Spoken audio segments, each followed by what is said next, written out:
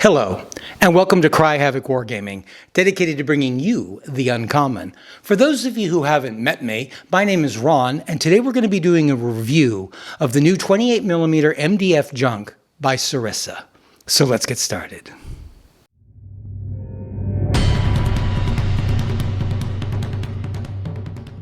Recently, Sarissa released an MDF kit for a very inexpensive amount of money to produce a small 28mm junk. And as a man that plays a number of pulp action games and working on a campaign for doing Boxer Rebellion, I thought that would be very useful. So I took advantage and bought that model. And so what I'd like to do right now is talk to you a little bit about the finished product.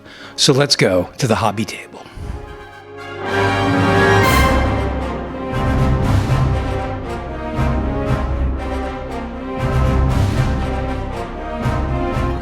So here is the nearly completed Sarissa model. It's all made out of MDF, gray board, and paper. The sails are paper, the sides of the hull and the outside of the hull are gray board, and then the interior structure is MDF. This kit was, it's very, very well priced. I can't remember how much it costs right now, but it was very inexpensive. It went together very, very easily. Very simple model to construct. I meant to bring a 28mm Chinese figure with me and I forgot, but here's an idea of its scale with a 28, I think that's a Meriton, so it's figure. An idea how big it is. So it's not huge. You might prefer a little bit larger. I think it's kind of a nice size and it'll be convenient and easy to store and maneuver around. So here's a 12-inch ruler. You can see the whole boat is just about 12 inches long, just under 12 inches long. Interestingly, the sails move. I don't actually know if I want to keep allowing them to move. Let me move my little, I'll put the guy on the deck first. See, that's the issue I have with the sails moving. They have a mind of their own.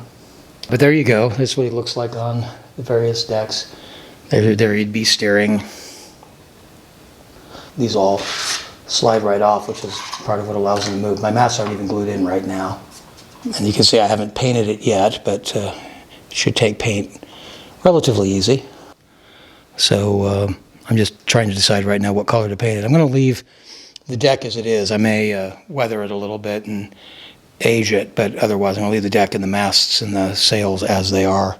These sails came in this red paper. It was kind of hard to match. It's painted on two different slips of paper printed on one side, so you have to glue it together, and I'm not always that good at matching those up, but I went over all of the white spots that were visible from where it might have been a little cut poorly and went over it with red paint.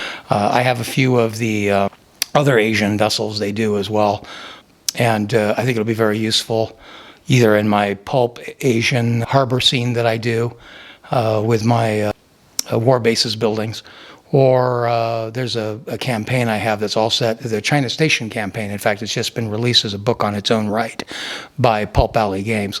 So that's something else you might want to take a look at. And there's one of the scenarios and that involves Chinese pirates on a junk. So that's actually what I bought the thing for, what I had originally in mind for it. So it's a very nice model. Went together very, very easily. I think it looks pretty good when it's done. Little rigging might add to it. But if I remember, I think the junks are mostly self-stayed anyway, which means they don't have a lot of lines on them. There should still be some running rigging, I'm sure, but I don't think they have a lot of standing rigging. There you have it, Sarissa's junk. Very nice model, particularly for the very inexpensive price. It's not huge, but it's, I think, perfectly reasonable for many sizes. It's useful, as I mentioned earlier, in a pulp game like Pulp Alley or 7TV Pulp. You could use it in any game set in China from a very early period all the way up until the modern day. So a lot of usefulness if you do anything in Asia.